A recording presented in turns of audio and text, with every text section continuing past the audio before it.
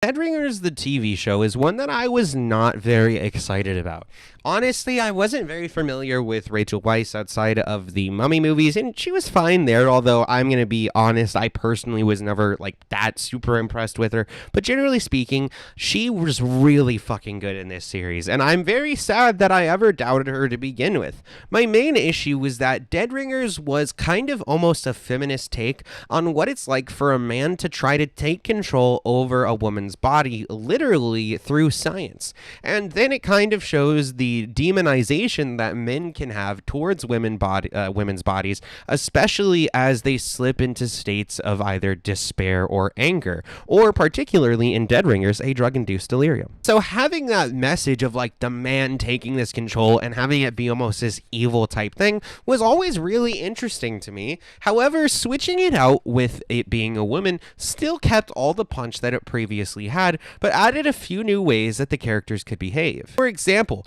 seeing the character of Elliot just be so flagrantly disregarding sex and how intense sex can be for women, and rather taking on a sexually empowered version, but so sexually empowered version of herself to go and become a complete creep and horrible person, just like the men that we denounce. This commingling of malice and femininity in almost a masculine way is something that things like Tar have tried to come out and do recently. However, Tar was a dog shit film, and anybody who wants to fight me on that can fight me in the fucking comments. Anyway, Deadringers did it significantly better. Shows that women empowered is not always the best, because sometimes people are the problem, and people can go and do dark things with power in their hands. Further, the way that Elliot here treats her sister is so strange, considering she seems to genuinely care for her sister, because she only cares for herself, and her sister is a copy of herself. Another part of herself is what she imagines. This is why when Elliot starts losing grip over Beverly, it really becomes quite apparent that Beverly is her own person, a real human being, one that is capable of emotion and thinking of things other than herself. However, her sister is so consumed with herself that she won't even leave the other part of herself, according to her, alone for more than a moment, because she can't conceive of her sister as something other than her. And Elliot truly is a shell of a human being, somebody who constantly looks for hedonistic pleasure and tries to find meaning in things that are objectively meaningless. Furthermore, Elliot is just obsessed with her current way of life. She wants her sister to remain at her side and at her beck and call, almost to the point that they are Siamese twins. And this dynamic and relationship is at the core of this TV show. It's one that was also at the core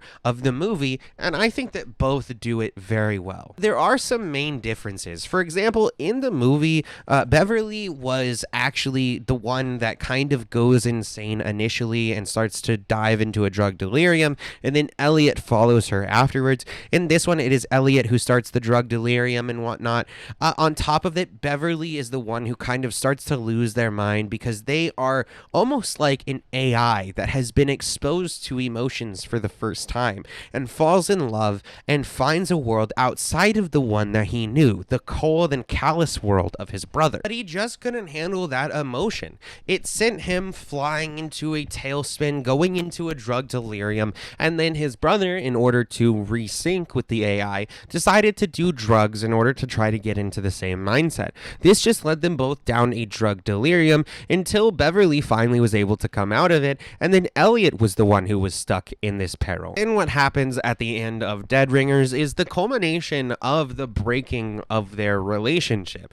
Basically, in Deadringers, the movie, in their drug delirium, when they are at their lowest point, after having lost all sorts of things because of this delirium and having done some pretty fucked up shit to their patients during the delirium, they end up deciding that they both can't live together, because one is meant to be without the other. One is meant to live a true life and not just be a reflection of their brother. In the movie, this is done because, generally speaking, Beverly doesn't know how to be happy without his brother. He also wants to live his own life and be in love. His brother feels like he's dragged down his brother and stopped him from living this full life, and therefore gives Beverly the possibility of killing him. And at this time they say, let's separate the Siamese twins. Beverly proceeds to disembowel Elliot in the movie, and then after he wakes up from this drug delirium and sees what he's done, he goes down to call his lover, and then once the lover picks up, he realizes he killed the one thing that made him happy, and this was not what he was truly looking for. He could not live without the other version of himself, or the extension of himself. This leads Elliot to hang up the call and then proceed to go back inside where he kills himself. In the TV show, what we get is Elliot is in a drug bender. However, Beverly has moved on from this relationship, this almost AI-like relationship where they would both just go through the motions and do what people would consider generally pretty horrible things. One thing I didn't mention, for example, in the movie is that they would share lovers, and Beverly ends up meeting with his lover through sharing her with his brother. And so this is somewhat similar in this TV show. They do seemingly where it's nodded to the fact that they share lovers and whatnot. And also in this one, there's almost this weirder sexual bit to the sister relationship where Elliot believes that Beverly is hers so much it almost takes a romantic form. One scene, for example, Elliot starts to suck on the neck of Beverly, but this is a thing that she was shown doing earlier with these lemons and limes that she would suck on. And so this kind of portrays the idea that to her sister is just something to be feasted upon, something that is hers and that she cannot live without. However, Beverly, after being exposed to love, relationships, and life outside of the degeneracy of this horrible relationship with her sister, decides that she wants to go and genuinely help people and try to give them a place to give birth in a place that they'd feel safe. Elliot seemingly wants to help people, but it's shown more that she wants to help her sister, or the extension of herself. She wants to do the things that her sister would be happy about, for example, giving them the ability to have a baby together, even though they're sisters. Elliot also seems to have an ego about the things that she does. She looks at herself as kind of this gift to the world that people need in order to make these scientific achievements happen. Elliot does things like make patients show her their cocks in her fucking office, which in the movie fucking Elliot will do that a lot, where he would just make appointments with certain women in order to try to sleep with them. All of this is of course heavily unethical, but because the brothers and the sisters only looked at each other for moral guidance, they never really questioned it. As long as they were both on board, then they were okay to move forward. So once Beverly has this realization, has love, figures out what she wants to do with her life, she ends up moving forward, and Elliot ends up continuing down a pretty terrible path where she fucks anybody that she wants, does it in a pretty aggressive way, honestly. She basically cucks this one dude, and it's forces him to watch her fuck this other guy. It's really intense. She kills a homeless person. She's genuinely a horrible fucking person. However, Elliot has always been the one that is very hard-headed, would definitely push forward the things that she would want and advocate for her sister. It's almost like the two were different sides of the same coin, where one would be more emotional and try to, go down these paths of relationships, etc. And then the other one was more cold and calculated, and instead of caring about people, cared about science and different achievements and whatnot.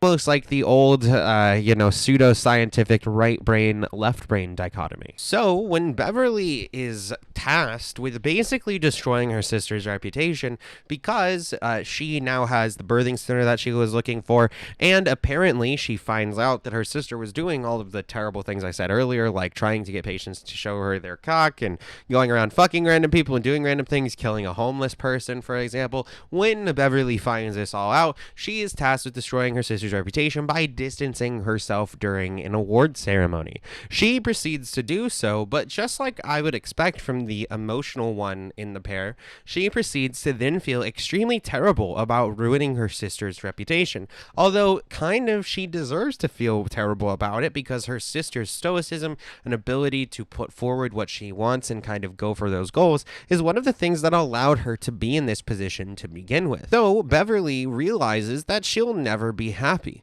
She then goes home to find her sister in a drugged out delirium because she was so distraught from not having her extension of herself around her, and it turns out that Elliot figured out how to make babies without actually having to have sex involved. Beverly, realizing that she'll never be happy with her sister because she wants more and never being happy without her sister, realizes that, hey, maybe this world just isn't for her. So she proceeds to the most graphic film in the scene, or the most graphic scene in the show, which is the killing of her sister, similar to the killing of the brother in the movie. In this version, however, it is Elliot that kills Beverly and is the one who goes on to live. And also, rather than going out to have a phone call and then returning to kill herself in this series, Elliot seems to continue to live on.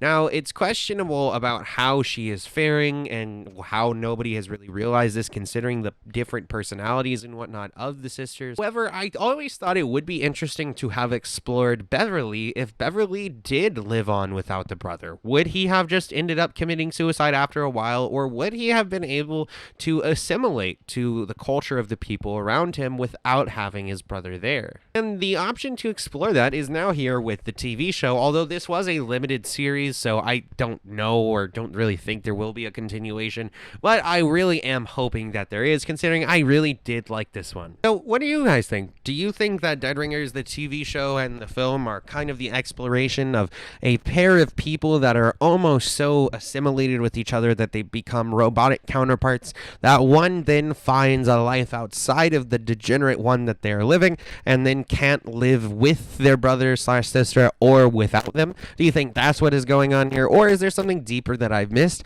Definitely let us know down in the comments below. Besides that, you can also let us know what you thought about this TV show and whatnot down in the comments, and you know, if there's any like specific scenes that you want to point out for us to like look over / analyze, definitely let us know in the comments below. Follow us on Twitter and Instagram, that'll pop up during the outro, and the rest of our socials are down in the description below. You can like and subscribe for more content like this going forward, including more like TV show analysis, movie reviews, like coming soon videos regarding movies, etc. And you can also follow us over on Gaming Sessions, where we do similar content except in the vein of video games. All right, guys, I'll see you all in the next game or Smoke It session. I